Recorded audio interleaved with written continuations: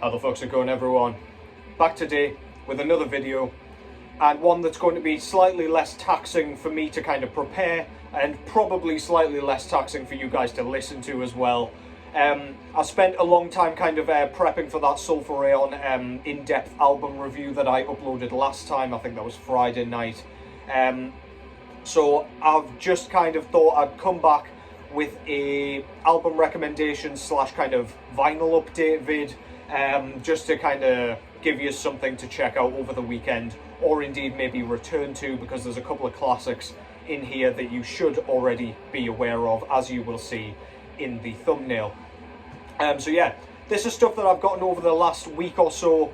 I've gotten a fuck ton of records in recently, so I'll probably have to break this up into a couple of parts.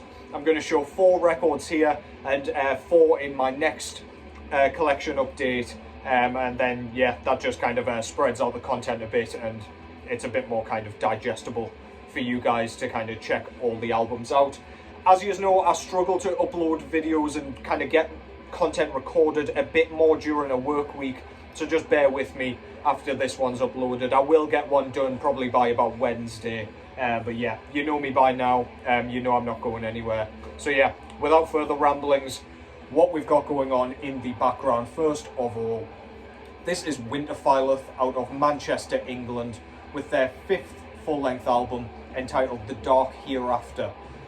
This one was put out through Candlelight and Spinefarm Records. This shit is fucking fantastic, kind of atmospheric black metal in the vein of bands like Trhä out of the Ukraine. It's very kind of nature inspired and nature themed. It's kind of evil sounding, but in a kind of beautiful manner. It's just the kind of music you want to be throwing on when you're walking through like a serene, misty woodland or something like that. Really, really good stuff. The riffs are super emotive and really thought-provoking. You can have this on as kind of background music, or like really to like sit down and properly listen to and absorb. Either which way, it's super effective and really, really good. This one doesn't get as much kind of hype, credit and praise as a couple of their other albums, but I find this has some of their best riff work in their entire careers kind of rooted within it. So yeah, I strongly recommend this thing. I do have this on vinyl as well, but obviously I prefer to show CDs for the background music, so I don't have to be getting up halfway through to flip the goddamn disc. If you get to catch these guys live, strongly recommended. I've done so myself a couple of times as well. And yeah, they put on a fantastic show every single time. But yeah, go and check that out. That's Winterfylleth with The Dark Hereafter. Cheers, everyone. I'm just going to get straight into it with the first record, and indeed the one that I will put in the thumbnail. This is Dismember with their sophomore full-length album entitled Indecent and Obscene. This one was released originally in 1993, I think. I probably should have checked that out first. Regardless, I'll correct that in the description if I'm talking absolute dog shit. But yeah, this one was put out through Nuclear Blast Records. And if you know Dismember at all, this is of course in their typical vein, Stockholm Swedish death metal, Boss HM2 guitar tone chainsawing its way through the album. This one, compared to like an Everflowing Stream, I found to be a bit more rooted in kind of death and roll, as opposed to the punky kind of vibe that we got on the debut. This is absolutely killer though. There's so many cool riffs on this. We don't sacrifice any of the kind of blasting sections or speed or ferocity for those kind of groovier sections, which just kind of make you want to smash your skull against a wall. Lots of really neat kind of lead work on this as well. It's melodic in that Stockholm style, but not overtly so. If you like the band that came prior to this, Carnage, then you'll still dig this. And if you like the debut, then yeah, please don't neglect this shit, or indeed anything that came after this. I do intend to pick Massive Killing Capacity up at some point as well, but yeah, this is my most recent pickup from the Dismember catalogue. Absolutely great job done by Nuclear Blast with these represses so far. Front cover there shows obviously a gaping wound in a thoracic cavity. Absolutely delightful shit. That blood does not look like blood. It is quite obviously red paint, which I absolutely love. practical effects, no matter how goofy they look, I just love the look of them. They just give off such a like 80s horror vibe, and I absolutely love it. We've got the kind of logo there in sort of, it looks like a belt buckle or something that's just been stuffed inside the rib cage. But yeah, really good shit. Like that they've put the album title in like a sticker here. Very cool. Good stuff. Back cover there shows the boys from the band, 5-piece, and it looks like they're in a Hellraiser movie or some shit there. About to be torn apart by chains. Very cool. Jesus wept. Back cover, of course, has the track listing on there as well. And as I say, Nuclear Blast Records did this one. Inside, we've got a nice insert with the lyrics and a couple of more band photos and credits, etc. Really cool, really nice. Love the layout of that. The colour scheme and everything fits the bill perfectly. Holy shit, I made an absolute hash of putting that back in there. Hope you didn't see that. The disc itself is this beautiful kind of clear with red splatter vinyl.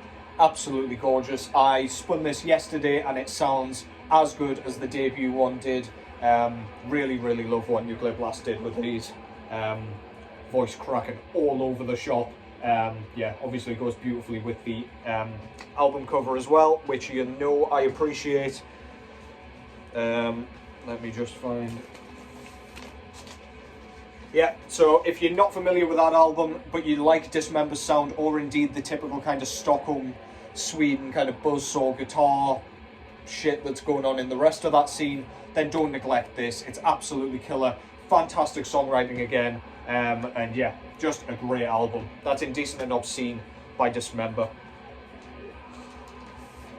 Next up is yet another classic, this time out of Florida, USA. This is Mantas with their kind of compilation release entitled Death by Metal. Excuse me, mandatory burp. The burp of enthusiasm or whatever the fuck I called it the other day.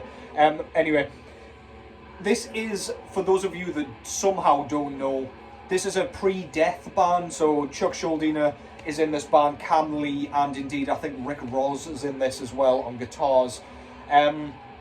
This is kind of speed laden kind of death thrash, proto death metal kind of stuff. Mantis was of course named after the guitarist of Venom, and you can, although they are adamant that they weren't influenced by any other bands, this really does sound influenced by Venom without the kind of satanic themes, although there are a couple. Rise of Satan is one of them, but yeah, you get some really kind of speed metal vibes, very Venom-esque, with the kind of harsh vocals. It's very rooted in kind of speed metal as well as kind of new wave of British heavy metal kind of stuff. So don't go into this expecting like chugging kind of detuned caveman stuff. This is not what you're going to get. Very, very murky kind of quality going on here. These recordings are all rehearsals pretty much. In fact, one of them may be a demo, I think. But these are kind of, it's pretty much like 3 or 4 versions of the same tracks all the way through this thing. And they were all recorded pretty much in a garage with a boombox with a towel over the top of it. So yeah, you can really see why this is such poor quality. There's no production at all, that it wasn't produced. So what you get is what you're given. Yeah, really good stuff though, really well written. Evil Dead, the death track that turns up on Scream Bloody Gore a little bit later on, features on this several times. And it sounds absolutely killer under the, like, I don't know, under the really poor fuzzy quality. Really love that shit. Cam Lee, of course, a legend of the game from Massacre, doing vocal duties, as well as Chuck Schuldiner, who later did Death's vocals, of course, does kind of guitars and vocals on here as well. But there are some killer riffs. You really see how kind of Death came from this record. This came out in 1983, I think. 83 and 84 was when these were recorded. So this is some of the earliest kind of death metal that was ever recorded, alongside Possessed's earlier work. But yeah, they were kind of existing in the same space, and this shit is absolutely killer. So yeah, front cover there, obviously we've just got the simplistic kind of logo and album title combination here, but I really love Mantas's logo with the kind of dragon tail. Very, very cool. Really like the kind of grainy sort of effect that they've got going on. Looks as the record kind of sounds quality wise. Back cover, we've got the track listing there, several different rehearsals and whatever else, and this was put out through Relapse Records. I'm getting an insert here with like some band photos, some pictures of like early cassettes during the tape trading days. We've got a couple of interviews with Rick Ross and Ian Christie here as well, which I always love to read. Whenever there's like old albums that get represses where they like throw an interview or two on the kind of liner notes, I can't help but read through them while I'm listening. Just adds to the whole thing, and it feels like you're really holding a piece of history, which you are here. The disc itself came on this absolutely gorgeous white with black splatter disc. Couldn't pass that version up. I could have gotten a black one ages ago, but yeah, love the look of that shit. So yeah, absolutely fantastic, absolutely essential. If you're a death metal fan and you don't know this, you need to pull your head out of the fucking sand and listen to this goddamn thing. If you like death as well, this is an absolute must. As I say, piece of history, and it's absolutely fucking killer. That's Mantis with Death by Metal. Next up is another kind of non-full-length release, if you will. This time out of Finland. This is Amorphis with their first EP entitled Privilege of Evil. This was also put out through Relapse Records. These are very recent represses of both of those. Excuse me. Basically, if you liked the Karelian Isthmus, I don't know. Either which way. If you liked that album, their debut, if you liked the demos, you will really dig this. This is Finnish death metal done in the classic way. Absolutely wonderful, wonderful stuff here. This was put out in 1993 originally, and this pretty much showcases that awesome, like, I don't know, trademark squeaky Finnish death metal like guitar tone. It's really kind of low tuned, very gruff vocals that don't sound like traditionally great, because you can kind of almost hear the strain in his voice, but I really love that. It just helps give this album its authenticity, if you will. This is a 6-track EP, so you get plenty of bang for your buck. It's like 22 minutes long, so yeah, definitely worth picking up. But some of the riffs on this thing are fantastic. The drumming is epic, really complex, but like very much rooted in the classic death metal style, blast beats for days, and then we've got those caveman kind of mid-paced chugging sections with the kind of really neat kick drum work. Absolutely fantastic stuff. So yeah, if you like Amorphis in any facet, go and check this out, or perhaps not their later alternative stuff, but if you like their early stuff, then please go and check this out. Privilege of Evil by Amorphis. Front cover there shows like a horrible withered hag witch looking thing with what looks like a snake coming out of her, and she's like ripped the heart out of something and is kind of waving it around as though to say, look at what I've done. I'm afraid that's nothing to be proud of, lady, but yeah, whatever floats your boat, I suppose. Really love that though. It's very much like, reminds me of Mark Riddick artwork or something like that, just like black and white, no nonsense, just gory shit. Absolutely love it. Amorphis' logo is absolutely sick. We got the title down below. Back over there, we've got kind of the band credits. We've got the track listing there, and then we've got like a severed hand in the middle there. Very nice. It's been like chopped into several bits, quite satisfyingly. Whoever did that clearly knew what they were doing, and it wasn't their first time. But yeah, put out through Relapse Records, as I say. We don't get an insert with this one, unfortunately, but we do get this glorious kind of white, black and silver merge disc, which again I could not pass up. Again, goes absolutely beautifully with that cover art and the colour scheme. Yeah, nothing but good things to say about Amorphis' early work, and then to be honest, I stopped listening to them once I realised that they kind of started going in an opposite direction, pretty much from Tales of the Thousand Lakes onwards. But yeah, this is absolutely fantastic stuff. Finnish death metal in its most primitive and authentic form, I guess. So yeah, go check that out. Privilege of Evil by Amorphis. And finally, I actually got this record by accident. So I'll explain more about that in a second. But this is Trhä.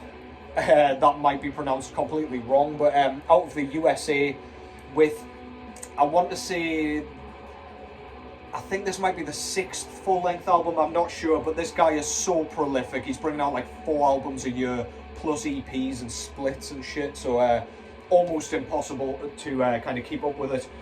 But this album is called Endlhëdëhaj Qáshmëna Innivte. I don't know if you can actually read that, but yeah, I believe all this guy's lyrics and everything are in a made-up language and dialect. I think he's got several different dialects within this language as well, and he's just totally made every word up, so it's impossible to translate what he's talking about or the album kind of titles and things like that, but I think that's pretty fucking cool, and God knows how long that took him to do. Unless he's just kind of doing it as he's going and just making shit up. But yeah, anyway, I actually tried to buy their 5th full-length album, Vatgalenva, which I will show in another video. I did end up getting that one sent. I was sent this by mistake. I listened to it. I was going to send it back originally and kind of get it exchanged for the one I actually ordered. But then I realised this one actually might be better. So I just said to the distro, I'll pay for this one, just send us the other one as well, just as normal. And yeah, the rest's history. I love this thing. It's kind of raw, atmospheric black metal mixed with ambient, which is just a killer kind of contrast. This one's not that black metal heavy. It's very much focused on the ambient stuff. Lots of synth work going on. The black metal's kind of used as a noisy kind of background effect. With those kind of really wretched, he almost sounds like a child, like screaming in pain. It's really disturbing. It kind of gives off like a DSBM vibe. But yeah, all that's going on in the background while there's these like really upbeat and happy synths going on. It reminds me of like, I don't know, it sounds goofy because it's not real, but like fairies or something like that. It's quite, I don't know, it sounds very delicate and pretty, yet really upbeat and happy. Some of these tunes with the synths kind of come across as like dancey to me. If you put like a thunderous like drum and bass beat behind some of these things, it would be a dance track. So yeah, needless to say, it's very catchy and very infectious, and it's borderline hypnotic, to be honest. So yeah, please go and check this out. Go in with an open mind because it's quite strange, but yeah, really good stuff. The other one that I'm going to show in another video is much more kind of focused on black metal, so that might appease to a lot more of you guys. But yeah, go and check that out. Front cover there shows our guy, I think he's called Damien, looking like a kind of alien there with a lamp and a bunch of fairy lights. Kind of pretty, very Halloween-y. On the side there, we've got what I assume is the title of the album, but that's just a bunch of squiggles otherwise. And then we've got the logo there, which I love that shit. Really like this kind of descending layout that they've got going on for all their releases. It's really unique and recognizable. Back cover there, we've got our guy holding a kind of lantern or something with a candle in it. Track listing, and this was put out through Ixiol Productions. We get an insert with this one, which has like a bunch of nonsense lyrics on it. I'm sure it makes perfect sense if you know the language, but yeah, actually we've got a fairy on there, so that makes a ton of sense. Hey, I talk some sense sometimes, you know. But yeah, that's pretty cute. Cute, fucking hell. Back cover, I don't really know what's going on with that one, but it's more the fairy lights and shit. Very, I don't know, aesthetically pleasing, I guess. Let's try and put this back without embarrassing myself. And this comes on a stunning kind of very bright neon orange disc. Goes perfectly with the cover art and everything. Yeah, if you're open to kind of unusual black metal, unconventional black metal, not just kind of second wave black metal like worship shit, then yeah, go and check this out. This blew my tits off when I heard it, to be honest, and it was a complete and total accident. Fantastic stuff. That's Trhä with Endlhëdëhaj Qáshmëna Innivte. I'm sure that's pronounced perfectly. Go and check that out. And that concludes this kind of vinyl update. I've also got a couple of DVDs just to show you, because I picked these up yesterday, and I don't really usually buy DVDs. But yeah, I've been dying to see these, so I'd like to kind of hear your thoughts on the films before I've even watched them. But I picked up X, and indeed I think it's a prequel, Pearl there. Maxine, the third film, is coming out fairly soon, I think, maybe next year. So I thought I'd just pick both of these up, check them out, and see what the fuss is about. So yeah, perfect for Halloween. Just thought I'd show you guys, because typically metal goes well with horror films. So yeah. Sneaking in a beer on a Sunday, who do I think I am? But yeah, that's everything from me for today. Hope you found something cool to listen to there. Let me know your thoughts. Let me know if you found something new. But otherwise, enjoy the rest of your weekend. I'll try not to be too long, back with another video. I've got another record coming tomorrow that I will include in the next update, so it might be tomorrow night that I manage to kind of record one of these, but we'll see how things go with work and everything. But yeah, as I say, have a sick weekend. Cheers everyone, take care as always, and I will catch you in the next one.